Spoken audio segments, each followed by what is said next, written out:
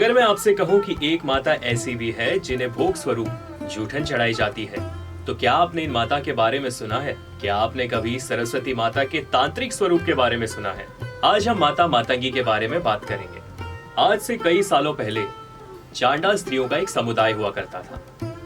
उनकी स्थिति ठीक नहीं थी, लेकिन माता पार्वती के प्रति उनकी भक्ति निस्वार्थ और पवित्र थी। एक दिन चांडाल महिलाएं माता पार्वती के दर्शन हेतु कैलाश पहुंचे, किंतु देवताओं ने उन्हें वहीं रोक लिया और देवताओं ने उन चांडाल महिलाओं से कहा कि तुम चांडाल समुदाय से हो, तुम जहां जाते हो उस स्थान को अपवित्र कर देते हो, तो तुम यहां नहीं आ सकते। किंतु पार्वती माँ ये सब कुछ देख रही थी।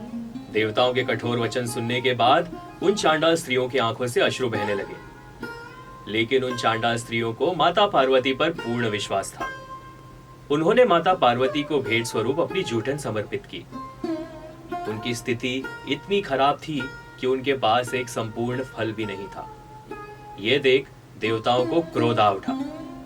उन्होंने कहा कि भक्त भगवान का जूठन खाते हैं, भगवान भक्त का जूठन नहीं खाते।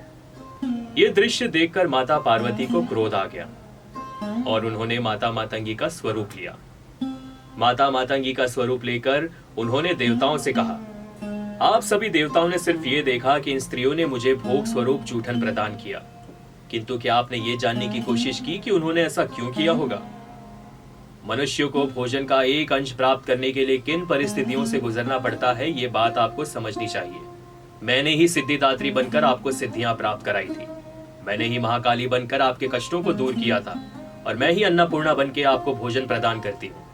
आप सब अपने यश में ये भूल गए हो कि दूसरे लोग किन परिस्थितियों से गुजर रहे हैं। भक्तों की भक्ति भगवान से बढ़कर होती है, इसलिए आप सभी को हर एक जीव का सम्मान करना चाहिए। मैं सृष्टि की माता हूँ और संतान की प्रेम से दी हुई हर एक चीज माता को आनंद ही देती है। ये कहने के उपरांत माता मातंगी ने चंडाल स्त्रियों के चढ़ावे को ग्रहण किया। साथ ही उन्होंने चंडाल स्त्रियों को समाज में सम्मान प्राप्त करने का मार्ग दिखाया।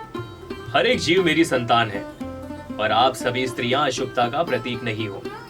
आज से आप सभी सम्मान पूर्वक जियोगे और इस जीवन चक्र में मैं सदैव तुम्हारे साथ रहूंगी। इसलिए माता मातंगी को समता का प्रतीक भी माना जाता है। माता मातंगी के वचनों से देवताओं को उनकी भूल का आभास हुआ और उन्होंने माता मातंगी और उन चंडाल स्त्रियों से क्षमा मांगी। इस तरह माता मातंगी उच्चिष्ट चंडालिनी कहलाई।